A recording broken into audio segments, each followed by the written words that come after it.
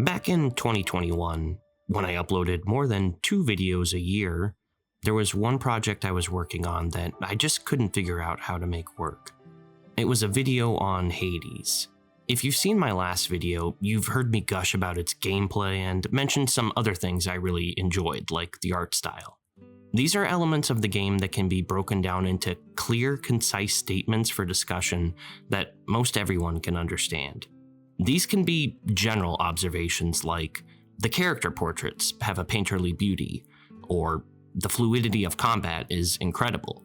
Making those observations and finding interesting ways to express them was no problem.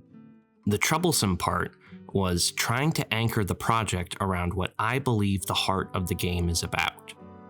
It's not about escaping the underworld, it's not about reaching Mount Olympus, it's not even about rescuing the protagonist Zagreus' mother. No, this is a game about a father and son learning to accept one another. At the time, I had just moved back in with my dad and was starting to go back to school. I wanted to make a video about how my relationship with him had grown and changed throughout my life, using the relationship between Zagreus and Hades as a springboard. No matter how hard I tried, though, nothing I wrote felt like it was right. So eventually, I decided to just shelve the project and come back to it later. As time went on, I started to realize why I was having such a hard time. It's because it would be impossible for me to encompass everything I wanted to through the lens of just one game.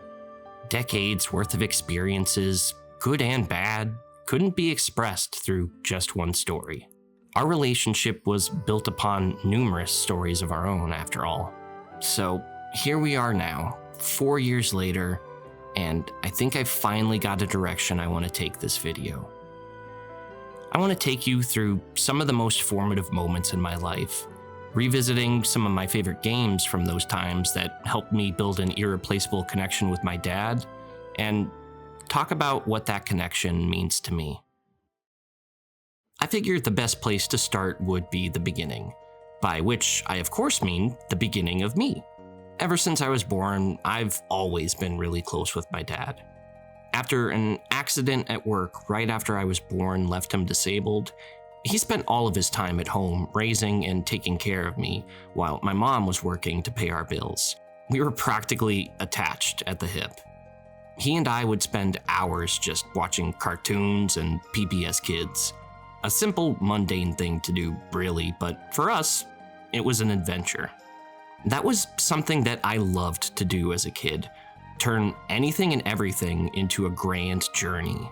We'd be loading up in the car to the grocery store, and as we'd pull out of the driveway, I'd proudly declare, "We are going on an adventure." The most exciting thing we'd ever really do would be dinner at a local restaurant or a visit to a family member's house. But in my mind, it was just as fun as getting to go to a theme park. So, where do video games come into the picture? Let's move to the year 1999. Everyone is terrified that computers will end the world. Tony Hawk is the coolest person in existence, and I am playing Ocarina of Time as a kindergartner. I've just learned how to read, so there are a near unlimited amount of new adventures that have opened themselves up to me. Books, random business signs, and of course, video games. Ocarina of Time just so happens to be the most fun adventure I'm on right now. The reason for that is simple. I get to go on this one with my dad, even when he's on the other end of the country. At this point in my life, I wasn't able to see my dad in person. My parents had split up and were living on 2 opposite ends of the country, and I was living with my mom. We were only able to talk over the phone at specific times during the day. When he heard that I was playing Zelda, he got an idea. He went out and picked up the strategy guide for the game. After that, we would end every phone call with us playing together. Me on the controller excitedly giving play-by-play on everything happening on screen, and my dad patiently deciphering my 5-year-old ramblings while navigating me through the massive world of Hyrule. We didn't get to play for very long in a single session, maybe 15 or 20 minutes at most. Realistically speaking, this is still enough time to accomplish some major objectives if you know what to do. But I was a small child, so I didn't even know how to tie my shoes, let alone how to keep track of all of Jabu Jabu's tapeworm things. I'd get lost trying to find the next objective sometimes, and we'd go an entire day without making any progress. Even when I'd get frustrated and vocally upset at the game, he'd take the time to calm me down and get me back on the right track. I remember the water temple alone took us over a week to finish. There was one point where I needed to find a key to unlock the door leading to the Dark Link mini-boss, and I just could not figure out where it was. We spent a few days going between all the different rooms at every water level and still weren't able to find it. I remember getting so upset that I wanted to quit and play something else. My dad didn't want to give up though. He didn't want me to give up either. At the time, I didn't think much of it. I probably just thought it was him being a parent and keeping control of the situation because it was his job. He'd make it clear time and time again throughout the years that he had no love for video games. He thought they were mostly a waste of time and that kids could do better things for fun. I also may have permanently burned any chance of him being able to enjoy playing games with me when I killed him with a plasma grenade in Halo 2 co-op for extra ammo, but that didn't happen until 2004 and we're still talking about 1999. Over time, I realized why these moments we got to share over the phone were still important to him in spite of his biases. Because it was our way of bonding with each other. It was our thing. He didn't want to lose that, and he also didn't want it to be a chore for either of us. So he was able to turn my tantrum into a teachable moment. We did eventually finish the water temple. The key we were looking for was in this one room you have to bomb open at a specific water level. It's annoying. Day after day, we chipped away at the rest of the game until we were able to confront the King of Darkness and seal him away. This was actually the first game that I remember beating, and it's one that I'll always remember beating because I was able to do it with my dad. He was the coolest person in the world to me, my unstoppable hero who could solve any problem. It's now 2002. The first Raimi Spider-Man movie is out, and I've just gotten a PS2 this past Christmas, so life is pretty dang good. The two games I initially got for the console were Klonoa 2, which we've already talked about on the channel, and Parappa the Rapper 2. Both of these games are amazing, no doubt, but they're not very long. As a mighty 8-year-old, I've gotten good enough at playing video games that I was able to beat both of them without much trouble pretty quickly. This meant that I had a brand new console with nothing else to play on it. Then one day, I'm allowed to pick out a new game while we're out shopping.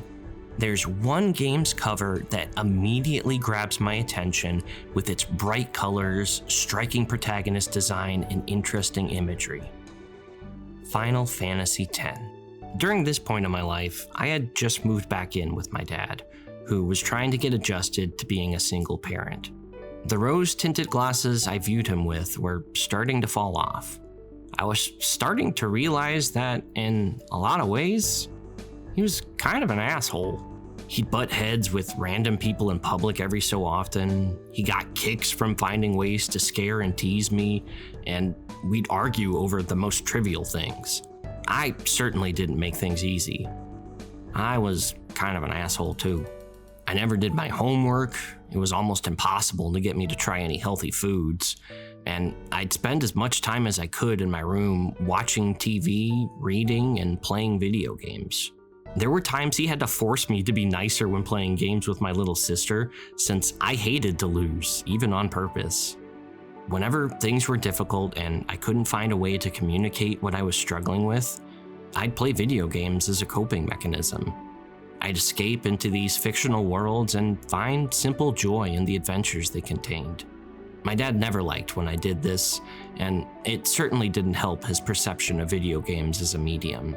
He and I still loved each other, I just don't think we really liked each other very much. This dislike of Dad's is something that I shared in common with the main character of Final Fantasy X, Tidus. The first few minutes of the game show us just about everything we need to know about this character. He's a young, brash kid who's on top of the world as the star player of his city's blitzball team. He's able to afford to take care of himself at the age of 17, living in a nice houseboat on the pier all by himself. The girls love him and the kids want to be him. By every metric young people might care about, Titus is getting top marks in all categories. And yet, in spite of this, he still finds himself perpetually living in the shadow of his father, Jecht. To the city of Zanarkand, Jecht is a hero. He's everything his son is, but on a completely different level. He's a blitzball legend with a signature shot named after himself. He's so good at the game that he can spend most of his evenings drunk as a skunk and his days so hungover that he can barely function, and he'll still dominate the competition. The man could do no wrong. At least, not to most people. In Titus's eyes, all he can see is an arrogant lush who ignores his family in favor of feeding his own ego with the adoration of others. He sees Jecht's faults, his choices, and his lifestyle in a way that no one else can as his son. Compound that with Jecht disappearing from his life when he was just 7 years old, and Titus's resentment towards his father makes a lot of sense. And then he gets thrown into a world totally different from his own. Spira, all things considered, is a much quieter and more humble place than Zanarkand. The numerous comforts and indulgences of the Sleepless City are gone. There are only small, tight-knit island communities who are held together by the ties of tradition. The biggest reason for this is the existence of sin, a monster who indiscriminately and erratically leaves death and destruction in its wake. The only solace people here can hang on to is the hope that a summoner will one day defeat sin and bring about the calm. Not even this lasts forever, though. Sin is a monster that always comes back, no matter how many times it's killed. It's a physical manifestation of suffering that can never truly be destroyed. This place is nothing like the home that Titus knows. He's been snatched from the life he's made for himself and forced to accept a much harsher reality.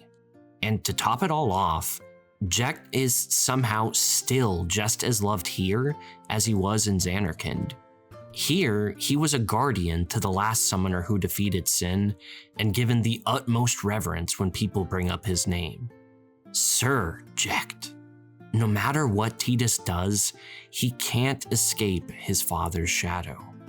There's a mini-game that lets you experience this frustration through gameplay by having you actively get rid of intrusive memories of Jecht demeaning Titus from attempting his signature blitzball move.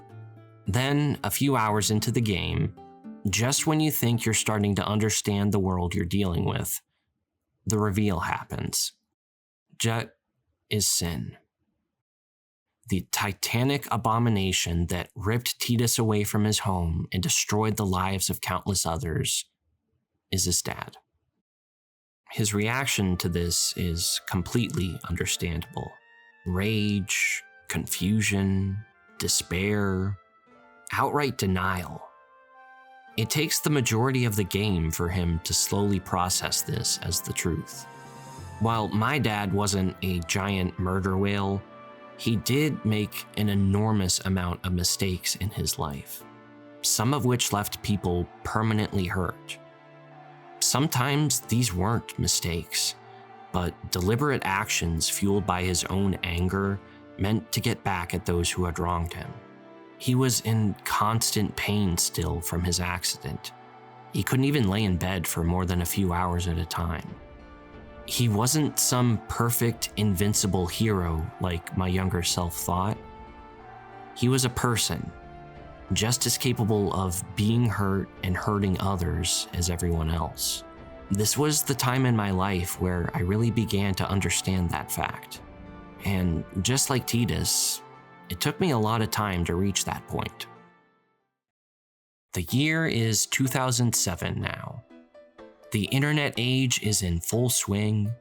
Humanity has finally discovered the formula to ambrosia in the form of Mountain Dew gamer fuel, and I still have not beaten Final Fantasy X. The reason for this? I got stuck on a very annoying boss. I'm in middle school now, which means that my ego is at its highest and my contribution to society is at its lowest. In the time since I first played the game, my relationship with my dad had only become more strained. Our arguments were louder, our perspectives on life were misaligned, and the adventures we shared when I was a kid had stopped. I had started the game over multiple times in the 5 years since I first got it, but I would always be roadblocked at the same point. I was extremely stubborn with how I played, trying to use the same basic strategy of hit it until it dies that I was able to make work up to that point. This was the first boss that actually forces the player to get creative with how they engage with the game's mechanics. In a lot of ways, this boss is a maturity check more than it is a knowledge check. You have to be patient and take your time with your moves, paying attention to the turn order and the timing of how actions play out if you want to succeed. It took me until I was 13 years old to get to this point. I'm kind of glad it did, because I don't know if I would have been ready for how this story would end. As they finally reach the end of their pilgrimage, the party arrives in Zanarkand looking to acquire the weapon they need to defeat Sin, the final Aeon. Once summoned, the Aeon will take the life of its summoner as it battles Sin, before being absorbed by the monster upon its defeat. It's here in Zanarkand that the truth of the final Aeon is revealed. A person close to the summoner must be sacrificed as a catalyst for the faith that will create the Aeon. When Sin is defeated, that Aeon, that person, becomes its next incarnation. Visions of the past show that Jack volunteered himself for this role. The same rude, selfish, gross, lazy Jack that Tidus remembers gave up his life and doomed his very existence to give the people of Spira, a world he's a stranger to, a chance at a moment of peace from the perpetual cycle of sorrow and suffering. He chooses to take on all of that pain himself. Can this really be the same person? Throughout the world, you're able to find spheres containing recordings of the journey Jekt and his group took while they traveled. This is Jekt as he was, not as Tidus remembers him. You see the chance encounter after his arrival in Spira that led to him befriending Braska and Orin. While stopping in Luca, they make it a point to watch a blitzball match. Then there's the fallout of the infamous shoe puff incident. The man had the adventure of a lifetime, and it's all on recording for us to see. In pretty much every one of these recordings, Jekt is thinking of his home and of his son. He asks Orin to record the blitzball match so he can show it to Tidus for studying, and the thought of his family being disappointed in his drunk antics cements his resolve in giving up alcohol for good. He wants nothing more than to make it home to Zanarkand and realizing his dream, to raise Tidus into the man he knows he can be. These recordings also show us something else, just how similar Jekt and Tidus are. They're both impulsive and quick to act without thinking.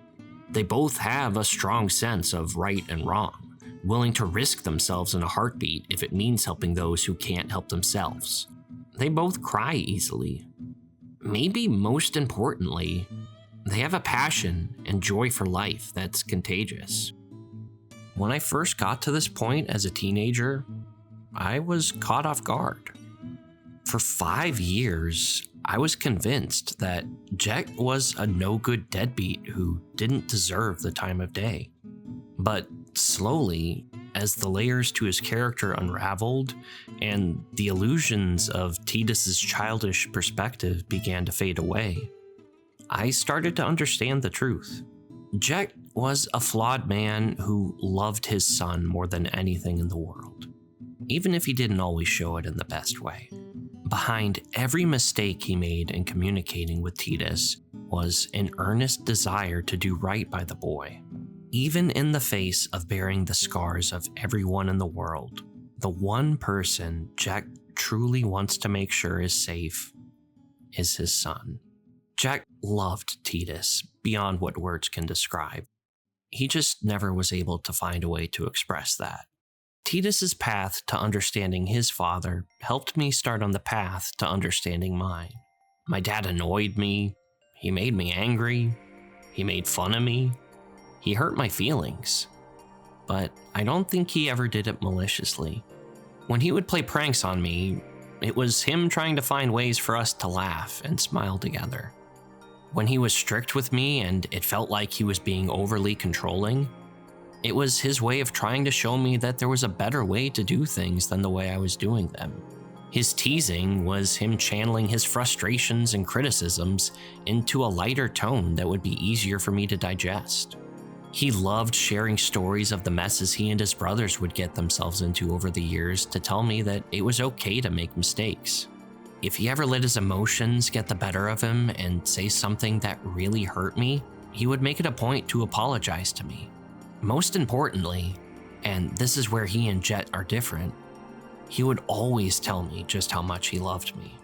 Whatever we were going through, no matter how upset we were with one another, no matter what awful things were going on in our lives, he would make it a point to say those 3 simple words whenever I needed them most. He was never perfect, but he always did his best. All throughout my life, I've had people tell me just how similar my dad and I are, from our looks to our personalities. When I was a kid, I never really understood the comparisons. To be honest, they kind of annoyed me. But over time, I started to understand where they were coming from, and began to appreciate just how alike he and I were. We were big softies with even bigger egos who found the fun in everything. I know it sounds silly, but it was through me playing this game that I was able to start seeing my dad for who he was, not for whatever ideal my kid self had deluded himself into creating. Let's head back to 2021 now. The world is recovering from a mild global inconvenience. Nacho fries are back at Taco Bell, and I now exist on the internet. I've just started attending community college for audio and video production, and I'm back living together with my dad. I'm a responsible adult now, so the dynamic of my relationship with my dad has shifted closer to that of equals than a parent and child. I've got a path that I want to take in life, and my dad has his opinions that disagree with certain parts of that path. At this point, I want nothing more than to prove myself right to him and be able to totally support myself without depending on his help. I've also started to play Hades. Hades has a large ensemble of characters in its cast, all of whom make up an eccentric, chaotic family. Not everyone is related by blood, but they all share a bond that form the great house of Hades and the Olympian pantheon. One of the highlights of getting to know these characters is how different the dynamic between them and Zagreus develops. Zeus is that one jerk uncle who had everything handed to him and still acts like he's the best and brightest. Nyx is the sweet next-door neighbor who is essentially your second mom. Dionysus is the cool cousin who lets you break all the rules with him. Chaos is the grandparent you never got the chance to know, and the only time you get to see them is in the retirement home. So on and so forth. Zagreus is blessed and cursed with a huge family. This is something that I relate with heavily. My dad was one of 7 children, which was already a big enough family on its own, and then those 7 children had close to 20 kids of their own, and then some of those kids had their own kids. To top it all off, there was also a family business with people from all 3 generations working together.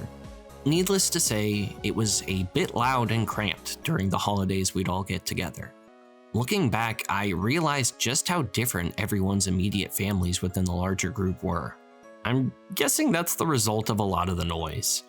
Everyone wanted their voice to be heard, and they would constantly bicker back and forth with one another over the silliest things.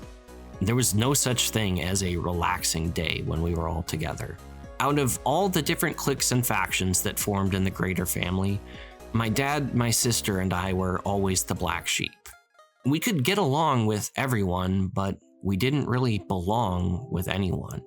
The reasons for this are far too numerous and specific to warrant giving any sort of detailed explanation, but the gist of it was that we were never the type to compromise who we were to fit in with everyone else. This bothered our family, and we were ostracized for it. My dad was stuck doing the manual labor and grunt work for the company, despite the fact that it would cause him unbelievable pain thanks to the injuries from his accident when I was a baby. My sister would be picked on and bullied by some of the other girls, and would often be excluded from group activities, not just by the children, but by the adults. As for me, I was seen as a fat, lazy idiot who barely anyone took seriously or had any real hopes for. It wasn't all bad, don't get me wrong. There were a few people in the family who I was able to build real, genuine connections with growing up. There were way more who had ulterior motives and were just trying to make themselves look good, though. This upset me a lot of the time, and it upset me even more to see my dad and sister treated the same way. My dad tried his best not to let any frustration he was feeling show while the people who were causing it were around, though. It was just something that he had gotten used to throughout his life. He'd always been the one who bent over backwards to keep everyone else happy. Over time, as I grew into an adult, I started to understand his position. To everyone else, if we got upset or mad or anything like that, it was a sign of our weakness. Proof that all of the doubts and issues they had with us were justified. Imagine my surprise when I realized that this frustrating dynamic I grew up with all my life was one of the driving forces for the narrative of Hades. I'm going to assume that if you're watching this, you at least have a very basic understanding of Greek mythology, so I'm going to keep this part of the summary short and sweet. Hopefully you don't mind. The god of the underworld Hades is the brother of several of the other gods in the Olympian pantheon, like Zeus and Poseidon. After the siblings experienced a little bit of, shall we say, filial rage, they got to run the world for themselves. The realms of the heavens, the sea, and the underworld would each be assigned to one of the three brothers of this happy little family. The arrogant Zeus takes the heavens for himself, lax Poseidon rules the seas, which leaves the dirty work of taking care of the dead to Hades. Not only that, but Hades becomes tied to the underworld, which means that he can't make it farther than a short distance onto the surface before being forcibly sent back to the land below. The only thing that he's able to really do is work, which he does dedicate himself 100% to doing. Essentially, he's trapped by a way of life that he was forced into because his family didn't want to do it themselves. This snare also extends to his son, Zagreus. However, while Hades has come to accept his situation for what it is, Zagreus hasn't. Where his father sees meaning and pride in the work he does, Zagreus sees a prison sentence that he wants no part of. He wants to choose for himself what direction his life takes him.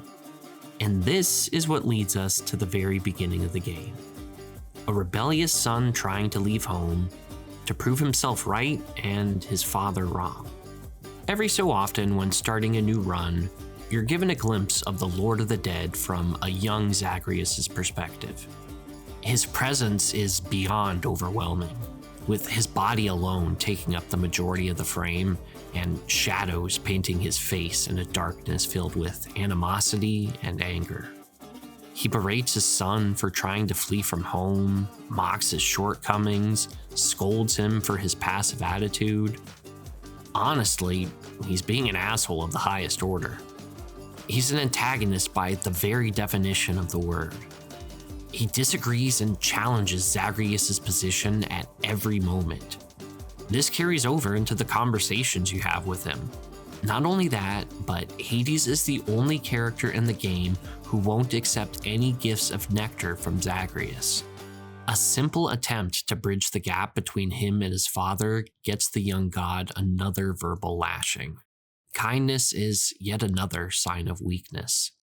This makes the final confrontation with him at the end of every run all the more satisfying. It turns every argument you've ever had with your dad into an epic boss battle with shredding rock music to back it. This is easily one of my favorite final bosses in a long time.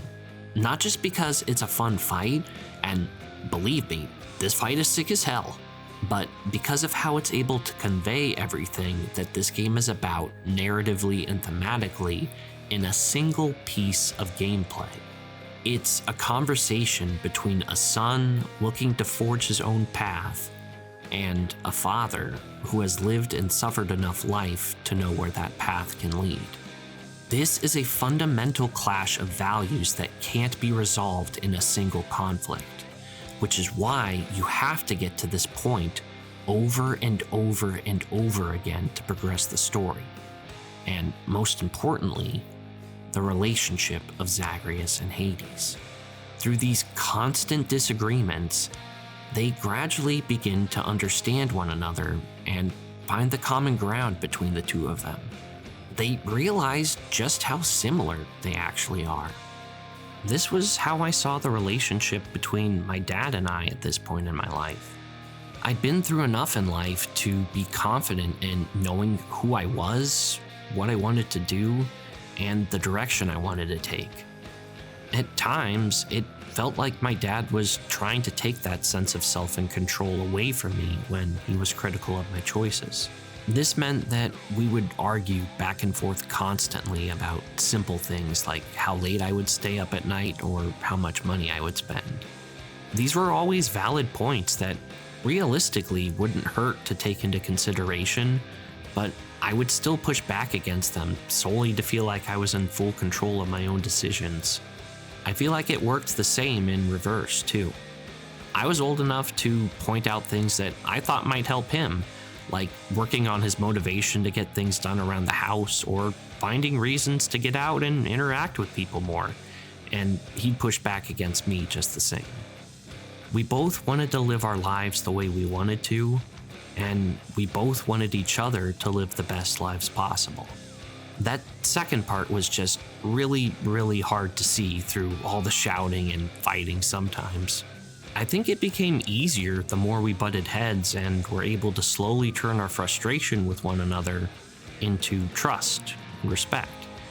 Now, I could gush about the games I was playing or the videos I was working on, and although he wouldn't exactly get what I was talking about 100%, he could tell how passionate I was and made an effort to see my perspective and understand why I felt the way I felt. He was one of the first subscribers to this channel and watched every video, which he loved to brag about. We even got to go on some adventures together again. He watched me play through games like Elden Ring, Hi-Fi Rush, and the Resident Evil 4 remake as they came out, and even helped point out collectibles and items that I would have missed without him. After so many years, it finally felt like my dad and I were just as close with one another as we were when I was a kid. Maybe even closer. June of 2024. Just after Father's Day. I've had a busy few weeks. I spent most of the month of May crunching on a Signalis video that I released the same day that I flew out to MomoCon in Georgia to meet up with a bunch of friends. The stress I've been letting build up finally feels like it's starting to slowly release. I'm taking it easy on my weekend and just waking up when I decide to call my mom. She sounds tense. More tense than I think I've ever heard her. She tells me that she needs to stop by my apartment and talk with me. I'm confused and wait in silence for a few minutes until she arrives. When she does, she breaks the news as calmly as she can. My dad has passed away. I don't cry. I don't scream. I don't get upset. I don't do anything at all. I ask my mom to leave almost immediately after getting the news, and then spend the next few hours continuing to do nothing. I go into work that night and finish my shift before getting on a flight back home the next morning to start the formal process of dealing with my dad's death. I fill out some paperwork, clean out his house, and see some family at an impromptu celebration of life gathering. Everyone is saying the same thing that they've said to me since I was a kid, that I'm just like my dad. I look like him, sound like him, act like him. All I can really do in response is just say a simple thank you and let myself continue to autopilot. I tell myself that I have to keep it together. Otherwise, I'll just be a burden to everyone else, especially my sister. My thinking continues to spiral like this, and I distance myself from the people who care about me to avoid getting them caught up in my problems. The only thing keeping me company at my lowest moments is the same thing that's been there since I was a kid: video games. The problem was that I didn't have the one person around I wanted to share the experience with the most anymore. My best friend was gone. I felt like I'd never be able to enjoy them in the same way ever again. Weeks go by and I'm still letting myself sink further into my pain and grief. Then, one day, I picked up a new game on a whim: Metaphor ReFantasio. The Persona series is one of my go-tos when I need a comfort game to immerse myself into. Persona 4 is one of my favorite games ever, and that's almost purely based on how at peace it makes me feel. The very simple gameplay loop of choosing how you want to split your time between studies, social activities, and dungeon crawling is easy to get lost in, and with how massive the games are, it means that you can keep this experience going for weeks at a time. When I first picked up Metaphor, that was what I was looking for.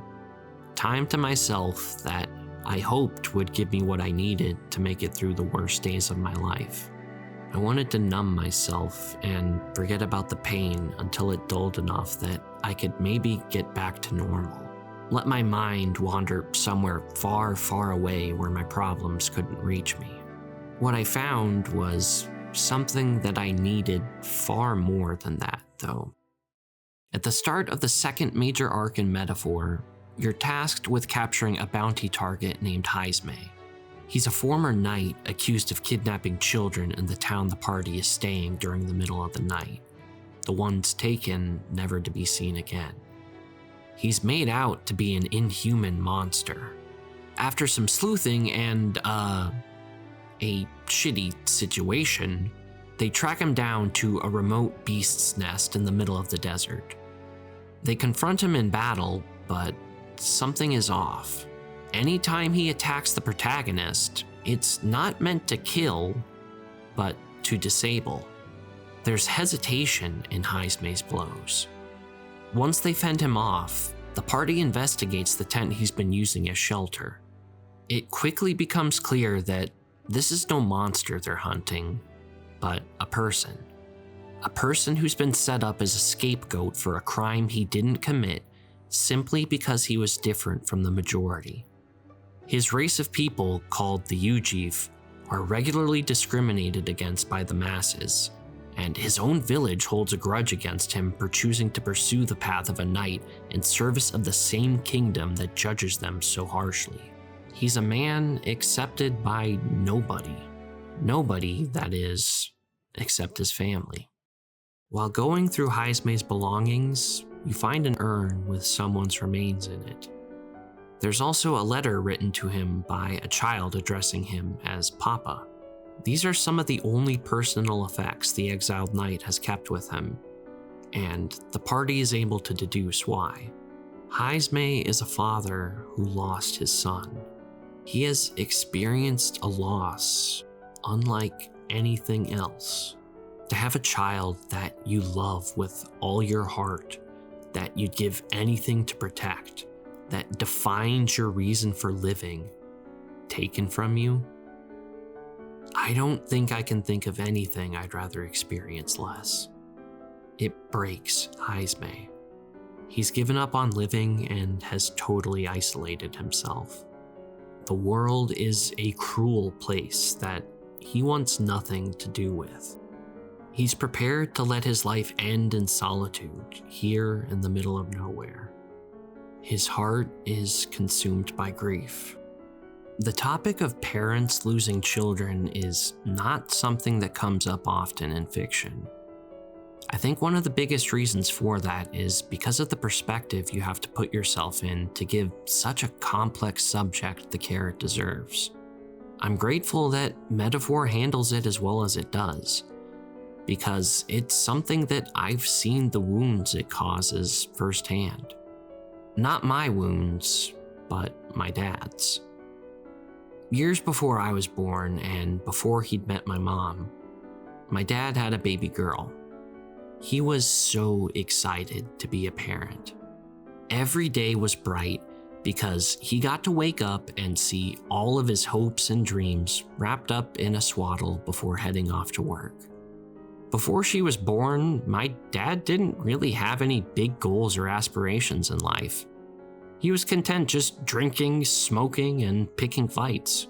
She motivated him to push himself harder than he ever had up to that point. He started to get himself together and was trying to make a place for his family to settle down. Then, one morning before going into work, my dad went to check on his daughter. She wasn't moving and she wasn't breathing. She was gone. Sudden infant death syndrome is what the doctors figured to be the cause. My dad began spiraling immediately. He stopped taking care of himself and drowned in his vices. He ran away from his obligations, his loved ones, his life.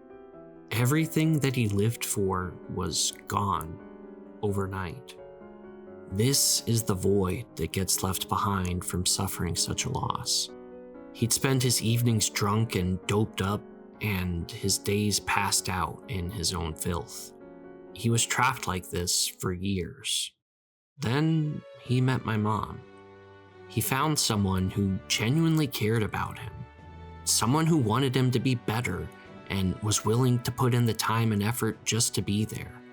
So, little by little, he found the resolve to better himself and began the steps to heal his body and spirit. He went to rehab and got himself sober, went to counseling, found a job that he enjoyed and was good at, and was able to get a house and marry my mom. Then me and my sister were born. Now he had people in his life who needed him. That was enough for him to keep pushing forward. The grief he carried never went away, and there was still plenty of loss in the future for our family. But he still found the strength to keep himself upright and moving. He confronted his grief head on. I saw this same journey of acceptance reflected in Heisme. He couldn't bring himself to truly face the death of his son, and used it as an excuse to stop being a part of the world. He ran from his anger, his sadness, and his grief. It's not until the party tracks him down that he's forced to face this truth. They show him that he still has a reason for being alive, that there are still people who need his help. Through the protagonist spending time with him, he finds the courage he needs to finally lay his son to rest. And I think through me spending time with him, I began to feel like I could start picking myself back up too. We trained together, cooked traditional Ujif dishes, and enjoyed the simple beauty of our adventure.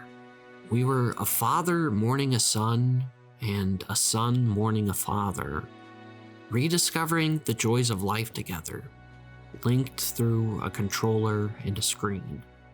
Just like so many times before, video games broke through the barriers of fiction and provided the perspective I needed to understand myself and my dad. They kept us connected and will continue to keep us connected even though he's not here anymore. I'll face my grief too, through living and loving, and sharing that life and love with the people who matter most, just like he did. The year is 2000. Computers have not taken over the world. Tony Hawk is still the coolest person in existence, and I'm about to visit my dad for the first time since my parents split up. It's summer, the ultimate time of year to be a kid. Where most other children my age were looking forward to theme park visits or trips to the beach, I had a different adventure altogether in mind. My dad and I had finished Ocarina of Time a few months back. After having that be the first game I ever beat, it would take something special to outdo the sense of wonder it instilled in me. Luckily, the next game we would play together was Brave Fencer Musashi. Before I owned any games on my PS1, all I had was one of those pack-in demo discs they used to include with new consoles. On that disc was a playable demo for Brave Fencer Musashi. There were a couple different segments you could pick from, but as a kid, I always chose this tower escape set piece that led into the first boss fight of the game. This was all that it took to get me to love everything about it. The bombastic action, the cartoonish charm, the surprisingly intuitive gameplay, it all just clicked right away for me. So once my dad and I finished Zelda, I knew what game I wanted us to play through next. I saved up my allowance for a couple months to buy myself a copy of the game, and my dad picked up a guide to be my co-pilot, just like he was before. From there, we began our next adventure. Brave Fencer Musashi dips its toes into a multitude of genres with its mechanics. If you had to file it into a single genre, action RPG would be what I'd call it, but it's honestly got so much more going on for it than that. It's got platforming and exploration elements that encourage the player to dig into every corner of the game's world. My personal favorite is how you're able to assimilate enemies and gain a bunch of different temporary special abilities that can do anything from shooting bullets to astral projection, and then using those abilities to interact with different obstacles in unique ways. It's kind of like Square's attempt at making a Kirby game, while still leaning into their signature style they established on the PS1. These mechanics created roadblocks that required some creative thinking to overcome, like stunning an enemy on a pressure switch to keep it active while you grab one of your two swords. These situations will usually have something to clue the player in to how they need to proceed, whether it's Musashi making a comment to himself that serves as a hint, or by placing an enemy with the ability you'll need to progress right next to the obstacle you'll use that ability for. This isn't always the case, though. When I got stumped and couldn't figure out what to do next, my dad would step in and fill in the gaps. I would never have been able to make it through the game's third chapter without him. There is so much hilariously specific old RPG timing that you need to be aware of to get from one plot beat to the next in this segment of the game. If I didn't have my dad helping me here, I would have probably ended up letting a child get transformed into a brainwashed vampire werewolf hybrid monster thing. Which, as a side note, is an insane thing to have in your rated E video game. We would play Musashi in the same way we played Zelda. 15 to 20 minutes at a time, every day, chipping away at it bit by bit.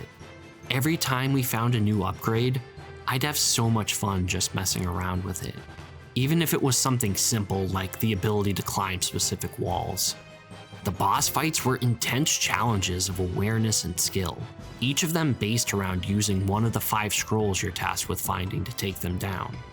We were both having a blast, just through sharing this experience together. It's something that we wouldn't have been able to do without each other. It was some of the most fun I've ever had. Unfortunately, we would run into a problem after a couple of months. We got stuck at the very end. The last stretch of the game is, unsurprisingly, the most difficult. You have to infiltrate the enemy stronghold and fight your way through some of the toughest encounters, including a Simon Says dance battle. Then, at the very end, not only do you have to fight a boss with a one-off flight gimmick that you need to adjust to right away, but you then have to do an escape sequence where falling off the level at any point means you die immediately, and then you have to fight the final boss, which has 2 forms of its own. As a kid, this gauntlet was unforgiving. My dad and I would try over and over, but the furthest we were able to make it was the final boss's second phase.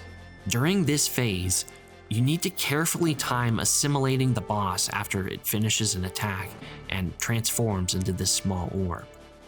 The problem is that in order to assimilate an enemy, you need to mash the square button as fast as you can to fill up a gauge before they can break free. My small hands couldn't move fast enough to pull this off against the boss. No matter how many times I tried or how hard I exerted myself, I just wasn't big enough to do this. Summer was here, and I had just arrived at my dad's house to spend my break from school. One of the first things we did after I got settled in was setting up my PlayStation in the living room. We had a plan for how we were going to conquer Brave Fencer Musashi once and for all. I booted up the game and got through the Tower of Death boss pretty quickly after how many times I'd fought it up to that point. Then I got us through the platforming section on the first try. Next, the final boss's initial phase manages to get some hits on me, and I need to use a few healing items, but he eventually goes down. Now it's time for the hard part to begin, and for our strategy to come into play. The boss uses his first attack. I avoid it easily enough and then position myself for the assimilation. I charge my sword, press square to toss it, and then immediately pass the controller to my dad. He's able to mash way faster than I ever could and completes the challenge with ease. Then he passes the controller right back to me so we can be ready for the next attack. This process repeats, one of us handling the offense and the other handling the defense, until finally, a journey that's taken us several months and thousands of miles comes to a triumphant conclusion. I think this was the moment that I fell in love with video games. It was the moment I realized that they could be something so much more than just a toy to entertain yourself. They were more than bright, colorful pixels made to capture your attention. They could also be a bridge that forms connections between people, that takes them to fantastic, magical lands filled with adventure. Those adventures each become their own treasured memory, one that could provide warmth and comfort when you need it the most. And perhaps, if you're lucky, those adventures can also help you better understand the one we're all undergoing right at this very moment. The adventure called life. My dad never understood video games himself, but he eventually understood how much they meant to me. He realized that there was more to them than just escapism. For as much as I played games to get away from the struggles of reality, I found myself staring that reality face to face through them even more. They've helped me accept him, and more importantly, myself, for who I am. Like, let's be honest here. Most people would think I'm a weirdo for letting Final Fantasy shape how I view the relationship between my dad and I. But when I told him about it way back when I was planning this video years ago, he didn't judge me at all. He just wanted me to have fun making it. He let me share my feelings and acknowledge them with a smile and a hug. I think that was probably the quality of my dad that I admired the most, and the one that I'm most proud of sharing with him. He never looked down on people for being passionate, no matter what they were passionate about, even if he didn't understand it personally. As long as it didn't hurt anyone, he accepted anything and everything the people in his life cared about. I think that's what I want to be this video's call to action, beyond the easy answer of call your dad. I'd like for you to really try to listen and understand what a friend or loved one is talking about the next time they share some of their interests with you. I want you to try to see the thing they love through their eyes, to share in their excitement. It'll strengthen your connection with one another and let the other person know that they can be who they are with you without fear of judgment. That's what my dad gave to me all throughout my life. I like to think that even a few people who follow his example would make the world a better place. I know it's made my world better. I love you, Dad.